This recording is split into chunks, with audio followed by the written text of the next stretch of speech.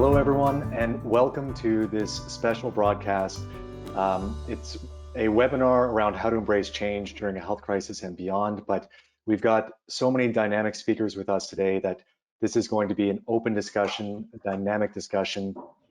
We want to share our thoughts and our opinions and our questions and everything in an open forum, and we're really excited to have you here and to be able to bring this group of practitioners together. So just wanted to quickly introduce everyone. We have the very esteemed Dr. Holly Lucille, who's one of our senior medical advisors at Fullscript. We have Dr. Jeff Glad, who's our chief medical officer at Fullscript. We have James Maskell, the founder of Functional Forum. We have Dr. Tyna Moore, naturopathic doctor and chiropractor. And we have Dr. Meghan Walker, naturopathic doctor based in Toronto, Canada. Welcome, everybody. Thanks for joining us today. All right, so some quick housekeeping notes just before we get going. So we're not going to have any slides today, so there won't be anything shared like that after the fact, but we are recording this and we will be sharing the recording of this. So not to worry about having to feverishly take notes. If you can't right now, you'll get a recording of this after. I'm going to be acting as a moderator and we will be fielding questions throughout. So if you have any questions, by all means, send them through and we'll try to get to them. If we can't, then our esteemed panel here will do their best to answer the questions after the fact, and then we'll send those out to you. I think that's pretty much it. The nice thing about this one is it's quite simple. So without further ado, let's dive right in. And you know, we're trying to keep on certain themes, but again, recognizing the fact that you who are listening are going to have a number of key questions. So for now, we're just going to kick it off with a few core questions, and then we'll open up the forum and go from there. So Dr. Meghan Walker, let's start with you. You know, regarding the state of integrative medicine, functional medicine in general, you know, what we saw in 2019, the trends that were already starting to happen, and where we're going now, considering everything that's been happening in recent weeks. What trends are you seeing in virtual care, and with all the work that you're doing with clinician business labs and you know, the groups, the town halls that you've been putting on yourself? What are you seeing at a high perspective? Yeah, well, first of all, thanks for having me, Alex. People are doing it, is what I'm seeing, and I just want to call out and acknowledge the practitioners for leaning into this. I did a podcast interview with the founder of Jane App last week, and she and I were just talking about the state of the industry, and we were discussing this idea that we have accelerated. We both estimated 3 to 4 years. We are 3 to 4 years ahead of where we were 6 months ago in terms of the integration of telemedicine. So what they were anticipating in terms of their development speeds have literally moved along in that trajectory. And so we're traditionally not a group of people that are innovators and early adopters on that innovation adoption curve, and we've leaned in really hard. So I want to actually acknowledge that trend is we're seeing people say, I've got to do this, I've got to serve my patients, I'm going to pick it up. So, you know, I say that tongue in cheek, but I think that's partly the truth. The other thing that I'm seeing people do, not necessarily in an organized manner, not to say that it's not valuable, but I don't even know if it's intentional, is they're actually leaning into this idea of group care, which James is so well equipped to be able to speak to. But what we're also seeing is this immediate rallying of community, almost on an intuitive level for practitioners. So they're pulling together pop-up groups. They are speaking to their communities in a different context. They're getting outside the box of how they have always served their audience. And they're saying, how can I be of service in this particular moment? So we're seeing this really rapid adoption of telemedicine by a population that isn't normally there. And then we're also seeing this grassroots group program delivery, this community-based care that I think is actually going to evolve into something more sophisticated and more organized over the coming weeks. And the key piece that I think practitioners are recognizing is that their audiences are responding to these new offerings. So while we always thought, oh, I deliver one-on-one care and everything else is a bonus, I think what they're actually seeing is that they have this audience that was always hoping for something different, and suddenly we're having that opportunity to stick it in front of them. So I just want to acknowledge that, because I think the positive feedback from our communities with respect to what practitioners have been doing is fabulous. And I want practitioners to know that it's working and you need to keep doing it. And the one thing I just want to point out as well, and we've talked about this a lot in our groups, is this idea of the technology innovation adoption curve. And this is not a technology idea, this is a sociological idea. And what we see with that in any given society is that we see this very predictable response to technology. And so the early part of that bell curve are the innovators. These are the people who are like, cool, you have something new, I want to be the first ones in line. Right behind them are the early adopters. And so those practitioners who around March 15, 16 are like, I'm in, here's my telemedicine offering. What they're now seeing is that they're actually getting quite busy. And some of my practitioners are sitting at 90 to 100% of their traditional capacity in that virtual telemedicine context. But what we're seeing is that's usually the first sort of 13% of that curve. What comes next are the early adopters and then the early majority. And if you have been continuing to share with your audience that I am available for telemedicine, that this is part of my new normal, that I'm going to meet you where you're at, our practitioners who started on day one are now seeing that bell curve in full swing because the early majority are now starting to come through the door. And Alex, you and I talked about this 10 days ago, and we're saying we hope we see this, and that's exactly what we are seeing. So the message to practitioners is don't lay off. Don't assume because you opened up your telemedicine practice 5 days ago that it's not working. Right now, when you just open your doors, you're speaking only to the innovators. You're speaking only to those people who are really wanting to pick up that technology. And what you're going to see as you are just consistent in your messaging is that people are going to start to come through the door. They're going to start to relax into the fact that this is actually an acceptable and lean in, lean forward way to be able to access care. And frankly, we've been doing this for over 5 years in my own practice. My patients love it. Sometimes their office building is right next to my clinic and they're like, I'm just too busy and important to go down the stairs and over to you. And they love that we have made this available to them. So don't underestimate your patients either. I think they're really going to enjoy this new offering you've pulled together.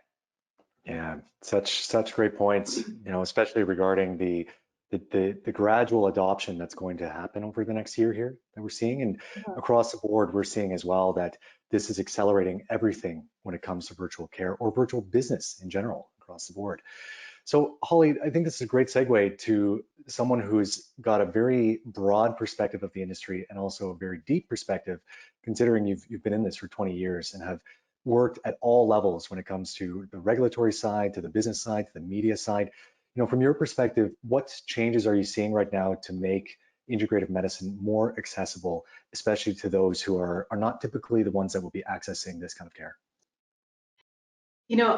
Alex, it's a great question, and I'm fascinated. I mean, obviously, there's a lot going on. This is a very unpleasant time for all of us. But I'm fascinated because I've always thought that the drive towards more of integrative, functional, naturopathic medicine is consumer driven, and I know that now.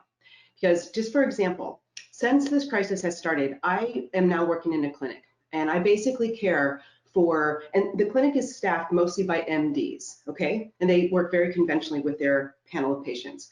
I care for all of their patients in a naturopathic perspective. Guess who's the busiest person right now in that practice? It is me. These consumers are wondering what they can take, what they can do to boost their immune system. They are thinking about lifestyle changes. They are thinking about ingredients that have evidence-based around antiviral properties, et cetera. And I think it's so exciting. This is our chance to do our job as dossier, to teach. You can point the finger out there at the virus, and if you watch the media and hear about, most people are, it's the virus, this virus, right? But there's always, when you're pointing your finger, there's three, right, pointing back at you. We can do things to increase the resistance of the host. We are the host, and that's what people are starting to understand. Prevention is the cure. Treating the whole person. Yeah, there's a lot of things that we can do and or take to boost the immune system, but this from an anxiety and depression level is huge. So we have so much opportunity to be out there on the front lines, get your practice virtual, and start caring for people because they want it, and now they know they need it. Yeah, such a great point. And it's something that we were even talking about this week, that we're seeing an increased number of people who are in younger demographics being affected by this. But for the most part, those are people who either have weight or obesity issues or have underlying health concerns from a chronic perspective, right? And so this may highlight the fact that looking backwards afterwards, if we had a healthier population from a preventative medicine perspective, would we have had as much of an impact in the younger generation, right? So I mean, I just want to finish with that. I kind of even heard one of our lead functional medicine leaders say that this might be a lifestyle issue. This might be a lifestyle virus. To your point, if you don't have comorbid inflammatory processes like obesity and a lot of things that we have here in the United States, getting this virus, you're going to get it. You're not going to feel well, but you will resolve from it and you'll have immunity and you'll go on. But some of the devastation and deaths and the mortality that we're seeing are because people originally were not well. yeah, absolutely. Okay, well, again, great segue over to James and what you've been doing with Functional Forum, Evolution of Medicine. You've been on this message for now nearly 10 years, and you just released a book this year called The Community Cure, focusing on community medicine group visits. I think a lot of people are wondering right now, as we go virtual, are group visits still a good idea? They were certainly a trend that was increasing in 2019. And we were all in for that trend to increase in 2020. But what are you seeing right now as we are forced to go virtual? And what are you seeing in general, from your perspective? Yeah, it's really interesting. I think all the things that are actually current in what people are doing are all from the segment in my book that was called The Future, because ultimately the future just accelerated right towards us. So obviously getting people together, the reasons why people were interested in group visits is because, in the integrative, naturopathic and functional community, we like to think of ourselves as the root cause community, the root cause of health. That's like a part of the thesis. But here's this like glaring, gaping root cause that literally can't be dealt with in a one-on-one appointment. And also, if we're looking at behavior change, if all of these these disciplines are built on a foundation of behavior change, the behavior change has not really worked that well, right? At any sort of population level, behavior change is kind of going in the wrong direction, not in the right direction, despite all the best efforts of the community. So for those two reasons, a lot of people, I think the book was quite convincing to a lot of people that community models of care, where you could introduce people who wanted to get healthy to each other and help them support each other and deliver sort of peer-to-peer value in medicine, and not just value from physician to patient or practitioner to patient, was a trend. And ultimately, I see that that there is an opportunity now for people to be taken, to take advantage of that trend. So last week I put on a webinar called Virtual Group Visits, and I've already had response from quite a few people who said, this has been a great way for them to, in some cases, actually start groups of cohorts of people in a virtual group format, because things like Zoom make it really easy for people to run these kind of technologies. And I guess just to make a distinction, the difference between a virtual group visit and a webinar is really that in the virtual group visit, it's not just a one-way information, right? This is a webinar. This is not a group education. This is not a group visit, because in the group visit, you're actually having people engage with each other and add value to each other. And then in some cases, people have just used this kind of format to let people know, like, okay, yeah, we do have a virtual offering, like a virtual one-on-one offering. So I think that there's, again, it's what was bleeding edge is now, I would say, cutting edge. But certainly there are practices starting to take on virtual group visits. And what's really exciting is actually seeing that this could be something that could bring a lot of people to functional and integrated medicine from the rest of the world, because I've just been on a webinar with some of the chief medical officers of some of the biggest health systems out there, people doing population health and employer health, and they're looking at things like remote patient monitoring and virtual team care as strategies inside inside conventional delivery of care. And one of the things that I sort of predict will happen is, as we start seeing remote patient monitoring and large groups of people monitoring their temperature, monitoring their oxygen saturation, monitoring their blood pressure, then they're starting to think, well, how do I improve these numbers? And that sort of lends them to head in our direction, because conventional medicine doesn't really have a lot of solutions to improve numbers that essentially end up equating to function. So I'm very excited to see that acceleration. I know that group visits will come back in the future because it's an idea whose time has come, but obviously we'll have to wait to we can be together in rooms for that to happen in a physical capacity again. Yeah, and perfect way to leave it off, because another topic that we want to touch on is how to replace physical medicine in this era. But before we jump to that, James, one question that just came in was, how do we navigate HIPAA with group visits and or maintaining online platforms? I think James, Meghan, you probably have quite a bit of insight on that as well. In the same way that we did with group visits. I mean, ultimately, there's typically some sort of process that people go through, like the group visit toolkit that is made by the Lifestyle Matrix Resource Center has, things that you have to sign to say that you're going to be going into a group environment. And it's no different in a digital environment. If anything, it's actually easier because you can have people go through sort of an onboarding process into going through it. So it's very similar to the group visits there, and ultimately the same sign-offs and same structures. Yeah, for sure. Meghan, do you have anything to add to that?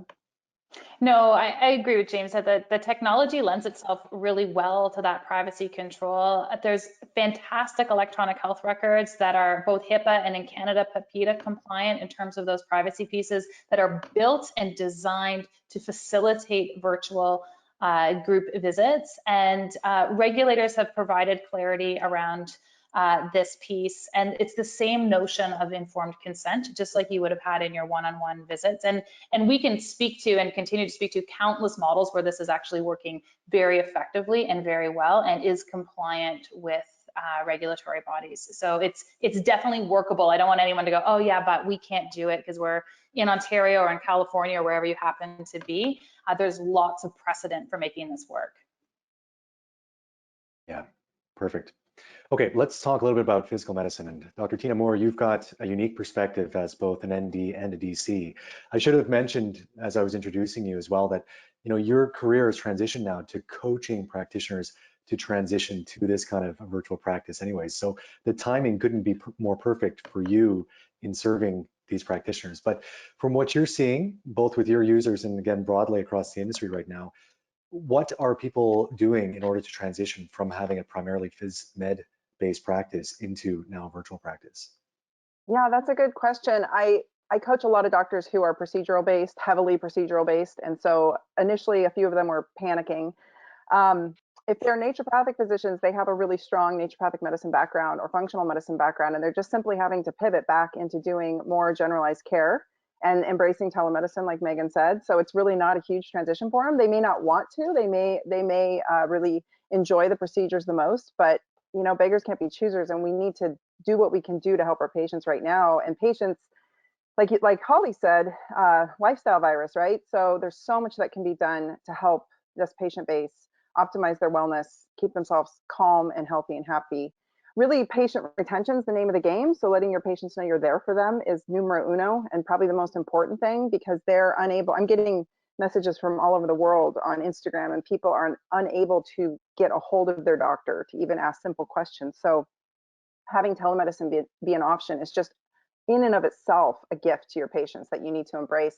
The second thing I try to remind them is that we use our hands with patients, and when you put your hands on your patients and you do procedural work, you have busted through some plateaus of trust that other doctors who don't put their hands on their patients don't ever get to go to. And I mean no disrespect by that to those doctors who are just, are doing like more lifestyle medicine, but when you get your hands in there on people, you immediately, and you take their pain away, they trust you at a level that's different. And so I try to remind them of that.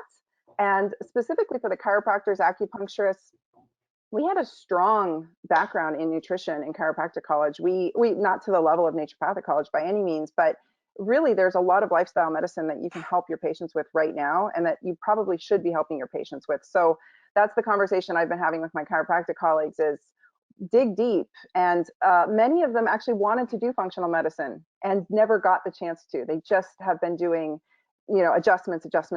And now is the time for them to really let that part of their brain shine. And it's a skill set that they possess that they really want to share with their patients and always have, but didn't really know how to implement it into their practice or get paid for it. So I think that it's a really great opportunity. Many of my colleagues do yoga or rehab or qigong or different practices that are physical that they can share with their patients, whether in a group visit setting or whether they're doing it one-on-one. Releasing, how to release, self-release trigger points, how to rehab your shoulder, things that we tend to skip in physical medicine practices. We don't always have the time to get there. So now's the time to get there. And so I'm telling my docs to make sure that they're emailing their patients regularly, letting them know, like Meghan said, over and over and over again, that telemedicine is available. Telemedicine, you can't say it enough. And letting them know how to readily and easily schedule with you so that you can jump in to a telemedicine visit. And I'm also encouraging patients not to, or doctors not to just, you know, a lot of the patients are calling panicking with a lot of phone calls and emails. Convert those into 15-minute telemedicine visits. Do a quick little visit. Let the patient know you're there for them. Just simply being there and being available, I think, is the name of the game right now. And patients are loving it. They're loving having access and having the emails show up and having the consistency of care. So getting creative, getting some good lighting, clearing a space in your apartment or your home where you can actually demo some of these rehab. We all have a really strong rehab background if you've gone through chiropractic college. So now's the time to pull out those pieces that maybe you haven't used before in practice or you haven't used strongly and double down on them. Because if you can retain your patient base, you'll have them when this is passed. And you might even grow. Probably will if you do it right. So that's my advice. Yeah, some really great points there. You know, I think, again, probably the most significant, like you said, numero uno, is just engage and remind people that you're there and you're willing to help. I think that is absolutely critical right now, because if you're not doing it, then someone else is probably doing it, right? So just engage, let them know you're there to help, and then figure out the rest after, because we're all trying to figure this out right now. But if you just sit on your hands and, yeah, go ahead. But, you know, being action overrides anxiety every time. So getting comfortable failing and failing fast. And getting your camera, you know, don't stall in the tech. That's a great stalling tactic. Meghan knows this too with the doctors we coach. They love to get caught up in the technology. Just get a little webcam or turn on your phone and get to work, right? It's just, we got to take action because your patients need you. Yeah, absolutely. Yeah, okay, well, let's jump over to Jeff. You know, Jeff, you've been an innovator in this space for over a decade now. And we've had a lot of questions come in around, you know, where do I start if I've never done this before? And you've gone through these hoops, as of all of us to some degree, but you know, you started working at Parkview and you helped them get an integrative functional medicine kind of practice off the ground, which required including technology and, you know, eventually considering telemedicine and all that. And then eventually you peeled off and created your own practice. You know, for those people who are looking to just get started now, what would be your guidance in, I don't know where to begin, where to start? Well, and again, I think to Tina's point, like doctors and providers get paralyzed by choosing the technology, the EMR. I mean, they worry about all the stuff that is probably the easiest stuff just to start somewhere, especially now that, you know, the state line regulations have gone away, the HIPAA regulations are paused. What a great opportunity just to do something. I mean, you know, you've probably talked to your kids or your family members or friends on Zoom or FaceTime. Perfect. You know how to do a virtual consult. You've already got it figured out. I think most providers, what they need, what they're asking right now and trying to figure out is, how can I best serve my patient? And that's what you've got to be able to sort of understand and be able to relay that message to the population that you serve. You know, do you want to maintain the chronic care, right? Hit on the lifestyle virus aspect of this and make sure that they're all maintaining their health, because it's really, really important. Whether it's, we've been tracking inflammation and we want to make sure that's still down. We're tracking blood sugar and trying to optimize that. Or now we're thinking about stress and isolation and giving up your workouts because your gym is closed. Or do you want to focus on more of acute care? Do you want to be a COVID triage clinic? Or do you want to do both of that? Do you want to put your arms around your patients in every way possible and be available? All of that's possible, right? To Tina's point, they're emailing you, you're the resource that's trusted, that's made eye contact, that they believe in. Convert that into a 15-minute chat just to calm their mind, to give them a few tips. And guess what? Those 15-minute chats are probably going to happen weekly or twice weekly, because you're the anchor to their health and to optimizing what they want to accomplish and hopefully prevent complication. Again, I think it's less about the details and the resources. That stuff is everywhere find an EMR platform that does those things for you, or again, just use Zoom, document on Word, figure out what technology works perfectly when the HIPAA stuff comes back, but just get started and be available for your patients. That to me, that's the best advice I can give. Yeah. Yeah. I mean, more or less, keep it simple. Don't overcomplicate it and just dive right in. Yeah. Yes, Mr. Maskell. Yeah, I guess one of the things that I've had questions on is people worried about their staff, right? And what are my staff doing? Because they were there booking in appointments and now there's nothing to do with that. And I think one of the things that we've, chatted with our practitioners and our accelerator about is what a great time for staff to be making outbound calls. When I was working in a clinic back 15 years ago, we literally had a script for going and we would check in with people, say we're looking forward to seeing you ahead of your appointment. But chances are, if you're watching this, you deal with a lot of chronic illness, and chances are, you've probably been reading of the fact that lifestyle, is an issue here, and that you're dealing with like potentially immunocompromised or lifestyle compromised people.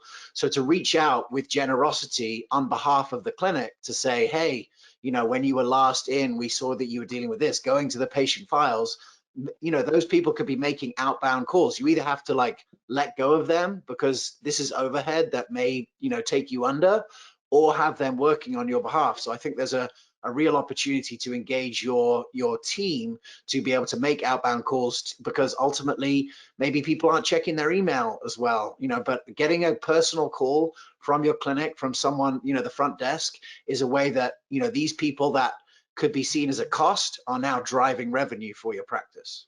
Mm-hmm. Yeah. Yes, Holly. Just quickly to that point, I was talking to the practitioner that I used to work with who is doing exactly this, reaching out, making calls, but he stumbled upon an app called Sly Dial. And Sly Dial basically allows you to call and it goes right to their voicemail. And I'm not saying this to be sly or sinister around it, but if you do have a large list of folks and you don't have the time to get stuck on the phone talking about how long somebody should be washing their hands or something, Sly Dial is something that you can make that touch point, and they know that they heard from you, and you can move on to the next person, and of course make contact later if more is necessary. Mm-hmm. Yeah, great point. Love it. We do have a few questions come in here, so maybe one that we could just jump into that's, for all of us is, what's your favorite platform for telehealth or telemedicine consults? We've heard a few tossed around right now. Jeff, you were saying kind of just jump into it with whatever's possible. Obviously, there's HIPAA compliance concerns that some people will have. So maybe starting with you, Megan, and then we'll go through everybody. What right now are the telehealth, telemedicine platforms that you'd suggest to people? Yeah, well, I mean, the first thing I'm saying to people is if you are already on an electronic health record, double check with them, because they may very well have a telemedicine platform, even if it's in beta, and then you're not switching off of where you're currently residing. The two most common ones that and listen, I'm in Canada, although we work with practitioners around the world. Practice Better is definitely, I'm going to call it a bit of an avant-garde tool for people right now, insofar as you have your electronic health record, your telemedicine portal, and then there's a capacity to run group visits. And so there's two sides to this. There's what do I imminently need to get started, and getting started is the key. You need momentum here.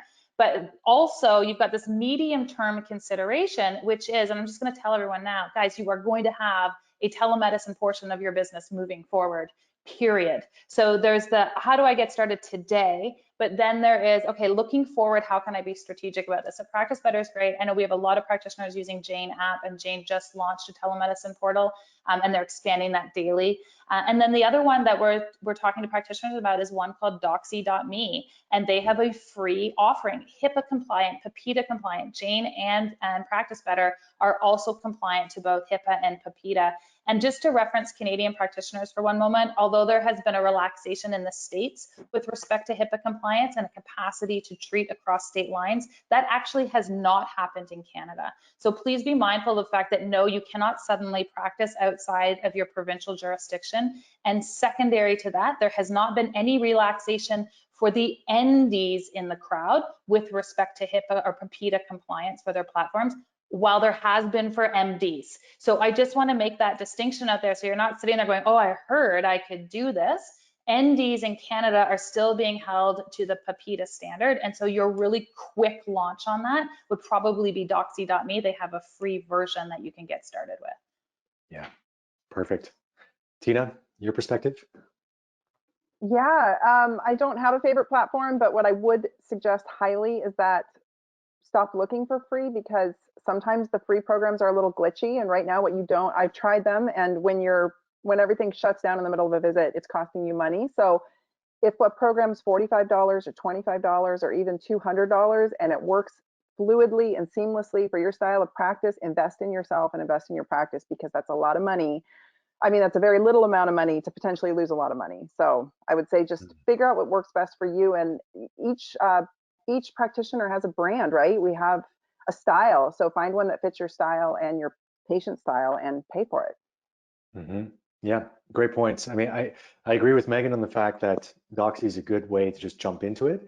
But as you start to gain momentum, then absolutely agree that you have to get something that's reliable.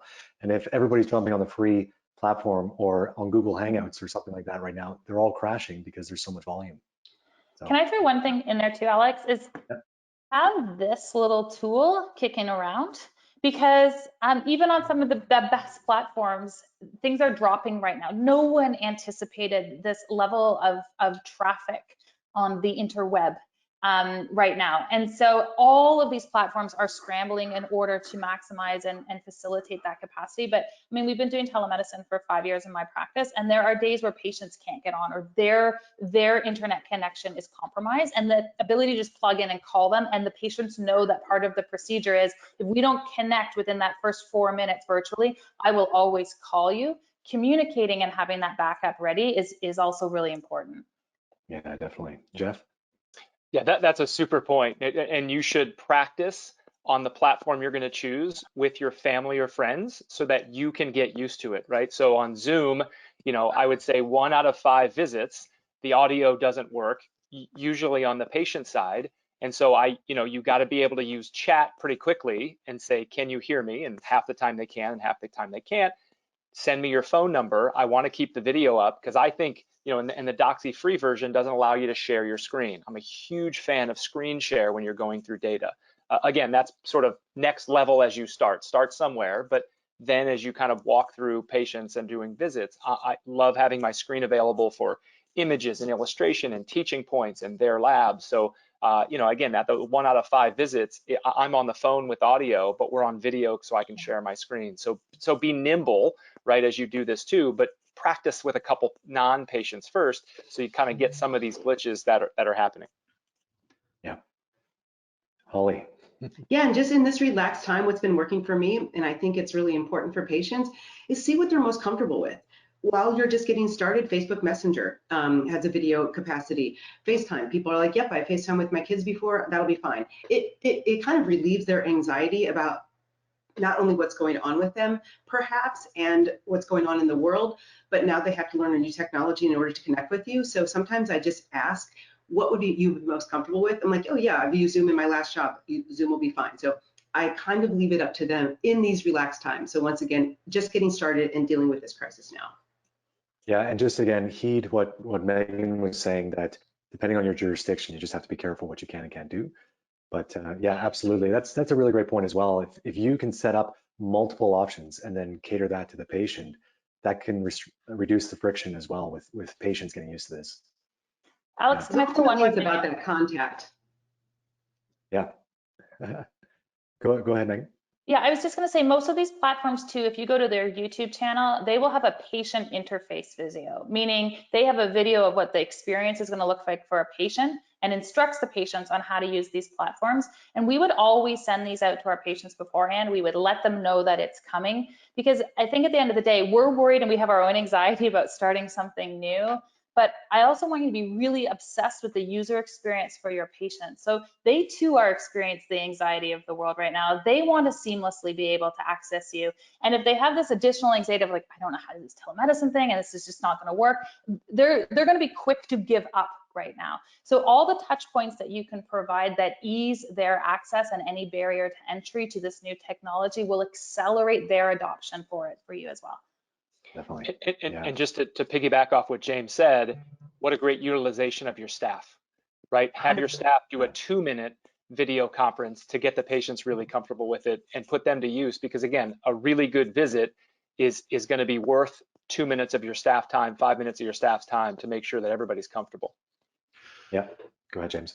Yeah, I remember from time gone by, I went to a conference a few years ago, and it was saying, look, you know, people's desire is that they get quick feedback from their patient portals, but in some cases they're not necessarily that concerned as to who that person is that's writing back. And so with some of our clinics, you know, it's been like, okay, who's the filtering system? Because, you know, some of our clinics have had hundreds of messages coming through the patient portal, and ultimately that volume has gone way up.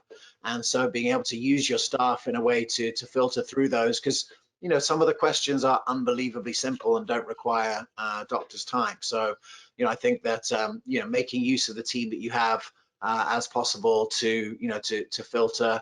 And ultimately, I just want to back up with it. What everyone's saying is that this is not a thing that you're doing for the next 2 months and then things are going to go back to normal, right? This is a moment for you to actually build the systems for the future. And to Tina's point, you know, investing, like, we've had this conversation for 6 years about, you know, if you're spending $3 grand a month on your building and $5 grand a month on your staff, and you think that $200 a month is a lot for a virtual practice, well, all of that stuff just became totally irrelevant.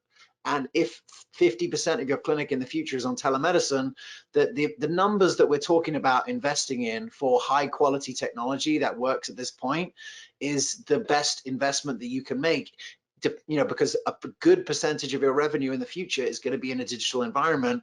So, you know, don't skimp on like half of your infrastructure. Yeah. I want to, Tina. Can I throw something in there? Okay. And then I'm going to transition to some questions. Yeah.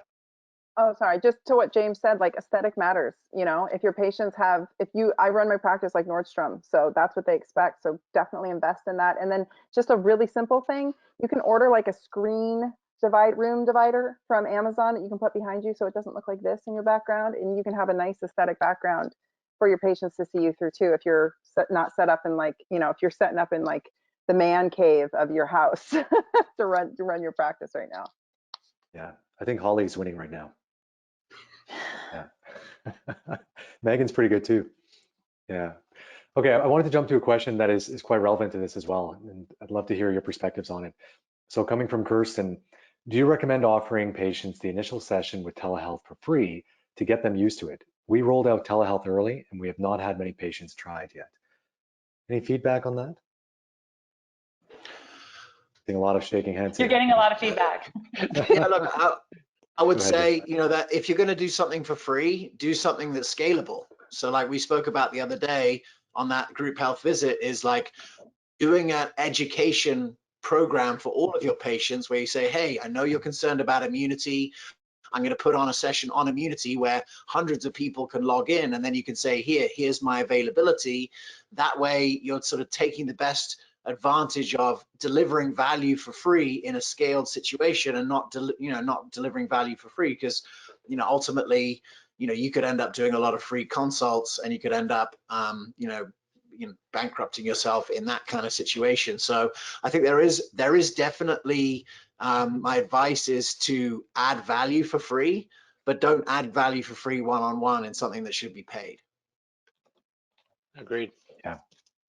I'll I think also everyone just was say, agreeing with that. and just don't assume that the reason people aren't adopting is because they need the price slashed. We tend to do this in our industry where like, oh, people don't like what I'm doing, so I'm going to continue to lower the cost point of my offer, where most of the time it's actually people are scared to take the risk to engage in one-on-one care, or you know what, they're quite enjoying having their bottle of wine every night right now, and they don't want to risk that you're going to tell them that that's a terrible lifestyle habit. So I think that we need to play around with the conversations that we're having with our patients related to telemedicine before we jump to, I'll just make it free. Because I respectfully, I think it's the panic approach that we take to the lack of adoption, as opposed to a thoughtful approach as to all of the reasons why our patients might not be moving and adopting as quickly as we'd like them to. Mm-hmm. Yeah, so to summarize what I'm hearing, I think everybody's saying here, or at least showing in their body language, is it makes sense to have an initial engagement en masse that's maybe free just to get people engaged with you. But if it's one-on-one or anything close to it, then definitely not on the free side is your recommendation. Yeah, because somebody did have a specific question around that. What are your approaches for helping during the pandemic, free versus charging fees? And I think, again, that just, all of what we're saying here is telemedicine is here to stay. It's not necessarily just a new thing that's going to be here temporarily because of this situation. We have to now get used to the fact that we are giving care and that there needs to be payment systems in place. So now, all that said, one thing we're assuming here is that people are just easily able to transition to telemedicine, patients specifically. We have one question come in here. Most of my patients are over 70 years old and they're having a huge issue dealing with new technology. Please advise how best to walk older patients over to Telemed. I think we've touched on that a little bit so far, but maybe some specific guidance. There you go, Meghan. I was going to say, it starts with the telepart, telephone. Yeah, it's a really good point. Is there anything beyond using your telephone, which, I mean, you can just do telephone visits. We're all emphasizing telemedicine in terms of having video and visual, but if you're concerned about HIPAA compliance and you don't want to use FaceTime or something more obvious, Tina, what are you suggesting?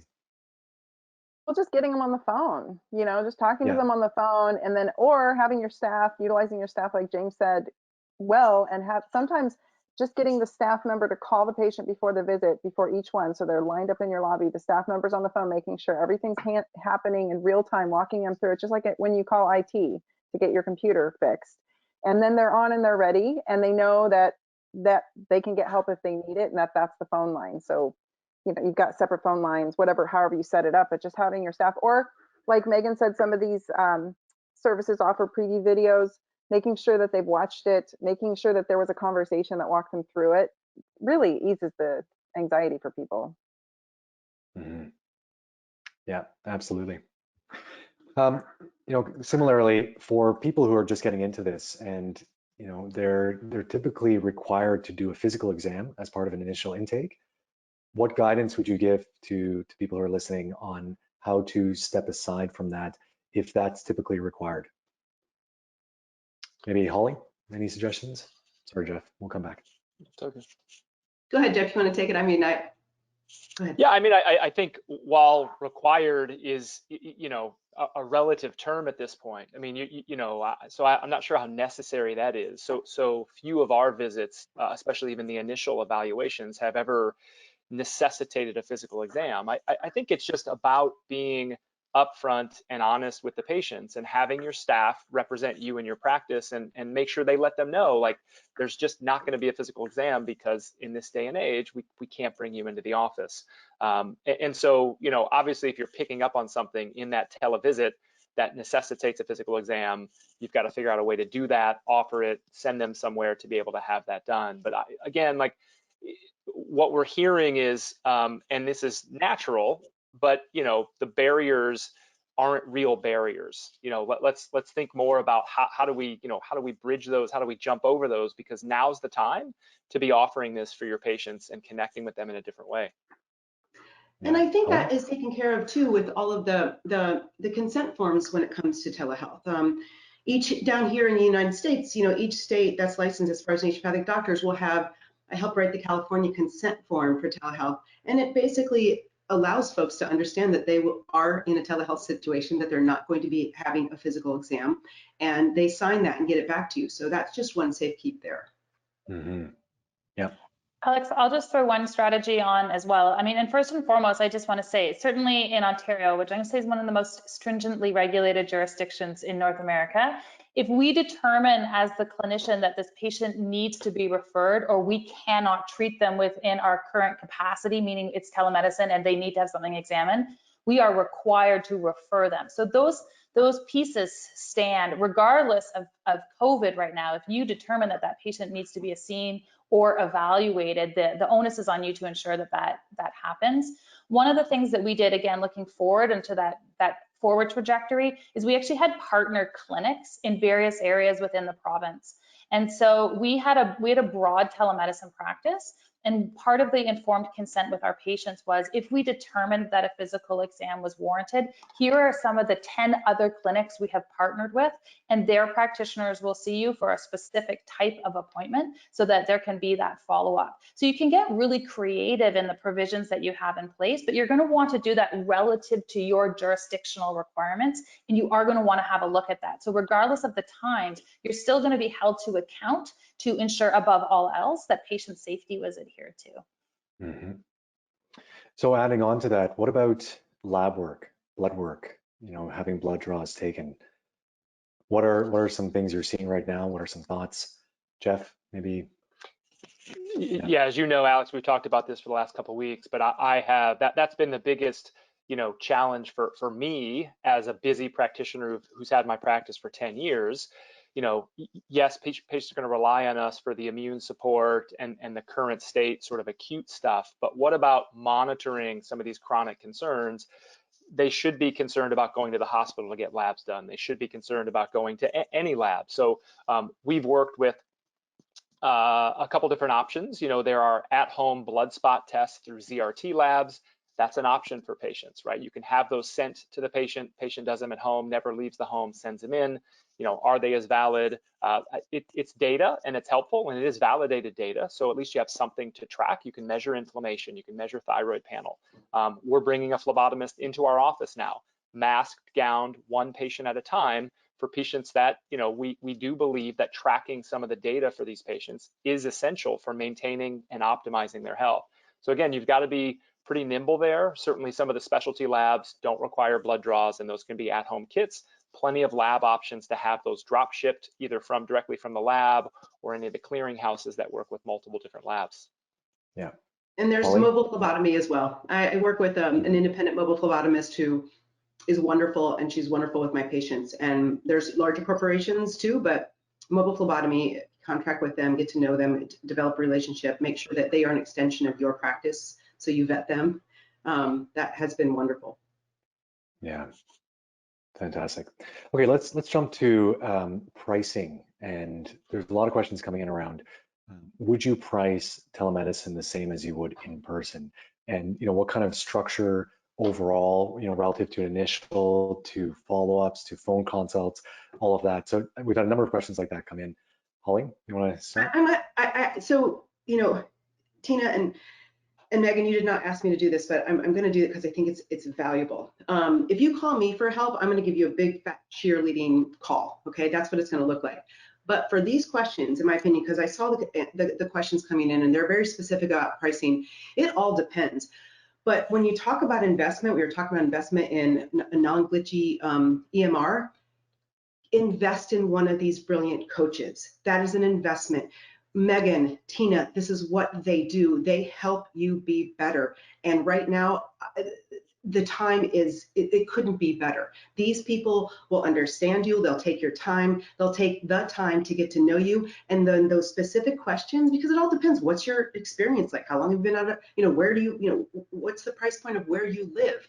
These folks will be able to help you get started now. And like I said, didn't ask me to do that, but I think some of those specific questions are impossible for us to answer at this point in time, but you've got brilliant people out there in this industry that are doing that work. So invest in yourself, invest in your patients, invest in the future, which is now, and get a coaching session or two. Perfect. So speaking of the coaches, maybe Tina, any insights beyond engaging with you directly that you can offer as suggestions right now to think about at a high level? And agreed, Holly, thank you for saying that. Thank you, Holly. For pricing, you mean, or just in general? Yeah, in general, in terms of price structure, like where do people start if they're unsure how to transition from the in-person to a telemedicine offering? I have never taken insurance. I've always been cash, and so I've always gone on a per hour fee structure. So if patients wanted more time or they thought they needed more time, they were allowed to purchase more time. I don't undervalue myself any less than I would my lawyer or my accountant, who charges me an hourly rate and charges me for everything. Every little thing gets a fee. So I'm not always that much of a stickler, but yeah, I think just breaking down what only you can determine what your value is, like Holly said, like that's a one-on-one thing, and that's a lot of mindset stuff. But whatever your hourly rate is, you just partition that out. I mean, that's the simplest thing for me. If you're insurance based, I have no idea what to tell you. I don't know anything about that world. Yeah. Megan, any insights? Yeah, I just want to speak to this idea that for most people on this call, what you sell is your strategy. And in selling your strategy, you are able to deliver transformation. And so whether you are delivering and disseminating strategy through telemedicine, or you're doing it in the same room as a person, what is valuable to that patient is your capacity to take them from point A to point Z. That's why they have hired you. And I've said this to practitioners all along, if you come up with an innovative way of decreasing your overhead, but maintaining the quality of transformation that you deliver to your patients, then you don't have to go and slash your prices accordingly. If you negotiate a new rental contract for your clinic operations, it doesn't mean, well, I now charge half the price because I benefited by having that negotiation with my landlord. So absolutely, it's going to depend on the sophistication of offering that you have, on the layers of offering that you have. But I've said this forever, that you're not going to help more people by lowering your price. You're going to help more people by innovating your offering. And what's available to you right now is an unprecedented opportunity to innovate the offering that you are delivering to your patients. So whether that is now group visits, whether that's a membership practice, whether that's a foundational online program where they don't even want to see you, one-on-one care always has been and always will be the most expensive thing in your arsenal of offerings to patients. So I believe strongly you're doing a disservice to the lack of vision and lack of forward momentum in your business if you suddenly slash the prices because you're suddenly delivering it in a telemedicine context. Your strategy is the same price as if you are delivering it one-on-one. What you can now do is be more sophisticated in your offering. I feel really strongly about it. Like I'm not going to back down on that, because I think you really limit yourself moving forward in terms of where you can go if you make that impromptu decision right now. Yeah, no, definitely. Jeff, just quickly, and then James, I want to come back to you because I have another question for you as well. Yeah, really quickly. I mean, I think maybe 2 years ago, if you wanted to be more of a mobile practitioner and practice out of your RV, maybe you do telemedicine visits for slightly less to move patients over there. Don't do that now. Again, this is going to be now for the long haul. There could be an argument that you should charge more because you're a telemedicine doc, and I'm joking about that. But don't discount your expertise, your passion, and your content and what you provide, Megan. I thought you said it beautifully. Yeah, agreed. And practicing out of an RV, that's your dream, right, Jeff? I'm gonna do it next week. Yes. Overrated. Yeah. So I would just say, you know, for some practitioners who are watching this and maybe this sort of reacting to keep up with practice doesn't resonate for them, it may be a moment for you to take a deep breath, to take 3 months off and come back with a completely different model, you know, at the end of this, or, you know, at a different time. You know, so, you know, when I look back at, like, in our practice accelerator, probably the most successful provider that we've had, you know, as she was making the shift from conventional medicine to functional medicine, took 6 months off, quit her job and didn't do anything for 6 months, and planned the execution of a new clinic perfectly, and came back with an epic membership model. And I would tell her now that she is so happy that she did, because ultimately, you know, she's able to be, you know, I think there's some parts of this when it comes to pricing. It's like, I want to be generous to my patients right now because they're struggling. Well, she's able to be super generous to her patients right now with free everything, because her goal is to keep people paying the monthly amount that they're paying.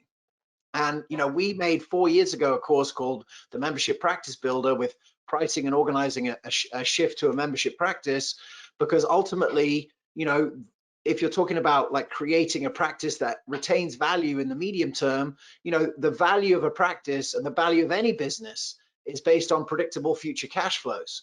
And I think what a lot of people are seeing here now is that your predictable future cash flow was basically zero when COVID came along, because if you hadn't have reached out to anyone, you would have had no business. And that's when people have got into trying selling a practice. People who are smart, who are buying the practice, say, well, how do I know if any of these people ever come back if there's a new doctor?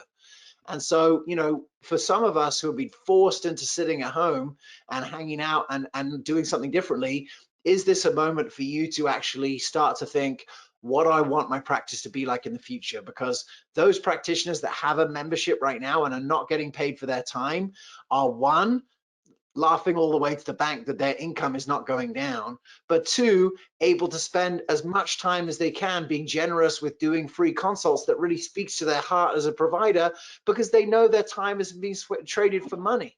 And so, you know, I understand that, like, people with overhead are fighting a real business reality, and I get it, and I don't want to minimize that, but I do want to say that I think there is an opportunity to use this. If we're talking about adapting to this new environment, like, it may make sense to take 2 steps back to take 5 steps forward.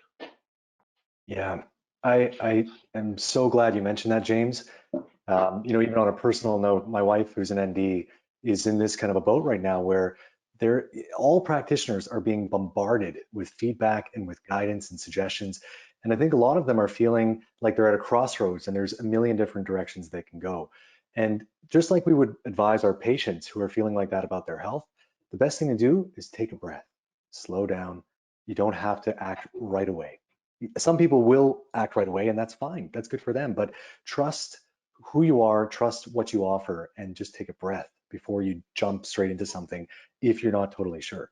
And then if from there you're still feeling lost, then engage with a coach, engage with someone who can help guide you through this. This is the absolute perfect time for that, right? They're the ones who are seeing the perspective, again, at a high level. They're gathering insights, and they're able to guide you in a way that's tailored to your needs, because everyone's different. You may have one offering that's very unique to some patient population that's not good for another, and you need to figure out how to deliver that. So great point on just taking a breath and not feeling anxious about the fact that everyone's going to get ahead of you right now. I think we all felt that in the first 2 weeks of this. Oh my God, you know, I'm going to fall behind if I don't do something right now because of the transition. No, this is the new reality, and we're all going to fit into this. And there's millions and millions of patients who are going to need care. You will be able to deliver it. So have faith in that. James, I also want to ask you, because this question came in going a little bit more granular again. If people are trying to offer group visits virtually, how would you advise them in terms of charging for that? Like, any ideas in terms of pricing structure there? You know, it really depends on what kind of groups, you know, you're running. You know, in the book, I talked about there are many different ways in which doctors are running, you know, groups.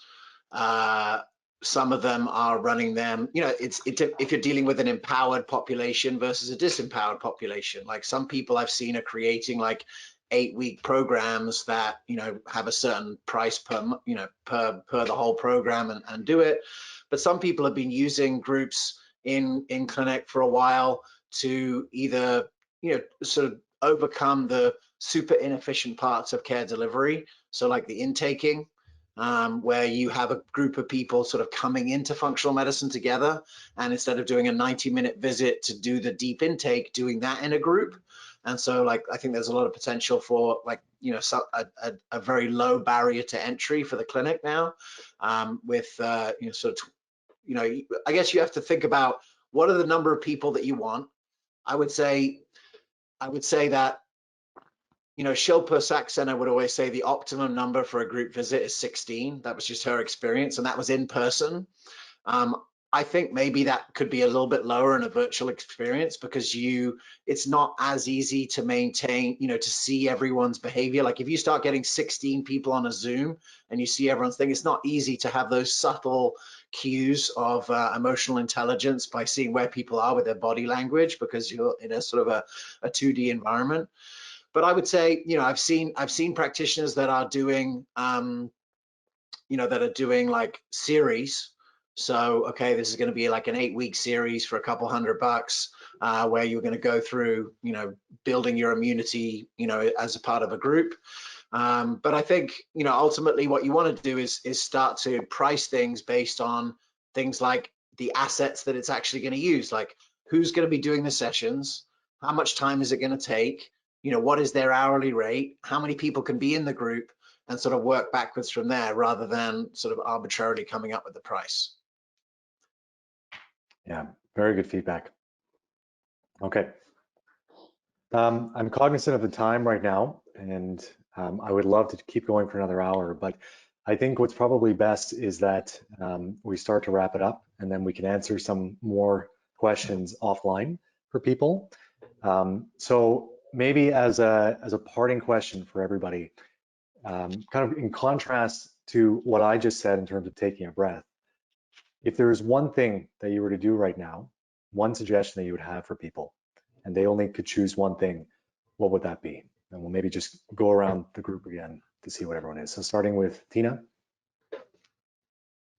I would encourage everybody to get all of their patients on one email list and tagged or flagged as patients, and start emailing them immediately 2 to 3 times a week and letting them know you're there. And there are some things around that. You guys can ask me later. I have resources to help you on the details of that, but that has been proven to be very, very successful for my doctors already. And some of them are actually growing their practice. They've actually grown since this started because of this strategy.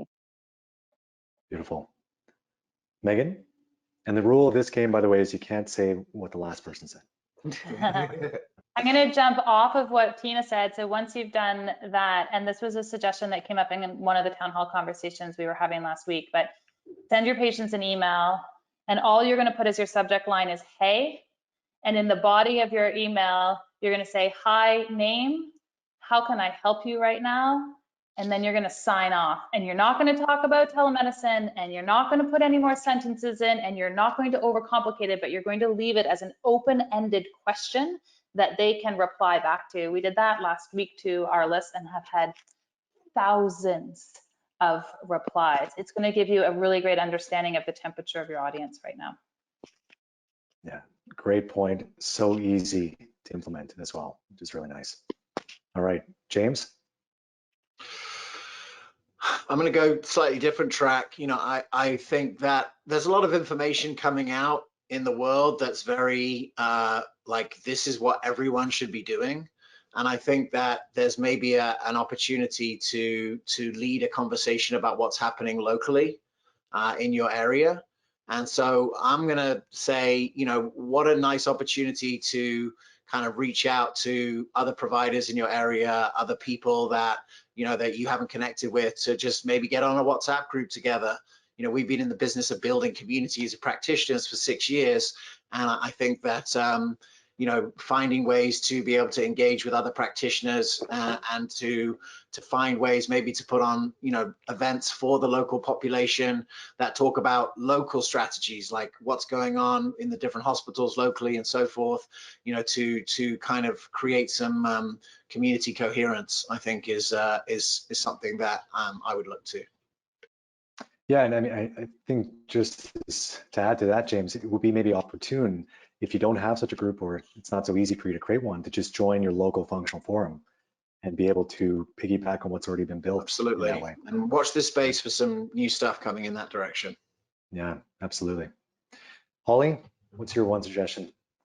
I'm going to riff off of what you said, Alex. You know, you said have faith, and I just want to remind people that they've earned it. I think we've all been old enough to look back in our lives and remember a breakup or a death in the family or an accident you had and how devastating it was and how in peril and fear-driven you might have been. But look where you are now. So this is a time to remember that you've earned the faith that you just need to employ again right now. And by all means, take care of yourself. You're going through this as well as your patients are. So you first. If you don't take care of yourself, you can't take care of anybody else. Remember, this stress is like canary in a coal mine stress. You just don't understand when the ugly cry is going to happen. And if you're feeling it, just be able to tolerate those feelings and have that ugly cry. Make sure somebody safe is next to you or at least 6 feet away. But be gentle. Yeah, beautiful message. And building off again what James was saying earlier, that if you can afford it and you can afford the time, it actually may be an opportune time for self-care right now to reset. And I know I have a lot of colleagues who are saying this, you know, the ability to stay home with family and not commute as much has been really great for that. So great, thank you for mentioning that. And Jeff, wrapping it up, will be the #1 thing that you would recommend? Wash your hands with soap and water for 20 seconds. No, I'm just kidding. I'm not really. That would be the #1 thing. The #2 thing is ready, fire, aim. You just have to get started. Stop paralyzing yourself with little decisions about this and this and it. Just do something. Take any of this advice and just get started. You have the passion, you're doing it for the right reasons. just get started. Yeah, love it. Beautiful advice. Okay, we'll have to wrap it up with that. Thank you to everybody for joining us. Thank you to all of you beautiful people for providing your insights, your experience, your knowledge. It's been a real pleasure. I'm already getting messages here that we should do another one, so maybe we will. But for now, we'll wrap it up by saying that we're at Fullscript. At Fullscript, we're really excited to be in a place where we can already support practitioners in transitioning to a virtual practice. And this week we are also very excited that we are launching a virtual practice module that's going to help practitioners be able to transition, that will feature content from these practitioners that you've just heard, as well as other practitioners in the space that we work with and that are willing to share their insights, all for free. So if you go to fullscript.com/practicing-virtually, all of the content will be there. See this page explode here in the coming weeks with more content as our team is frenetically working with people to provide you insights and tools and guides and tips and everything else. We are absolutely open to any feedback on any other way that we can support you. So by all means, reach out as much as possible. And James, did you have one last thing you want to mention there? No, I'm good. Thank you. You're good? Okay. All right. With that, we'll say thank you again. Have a wonderful day, great weekend. Take care of yourselves, and we'll see you again. Okay, take care.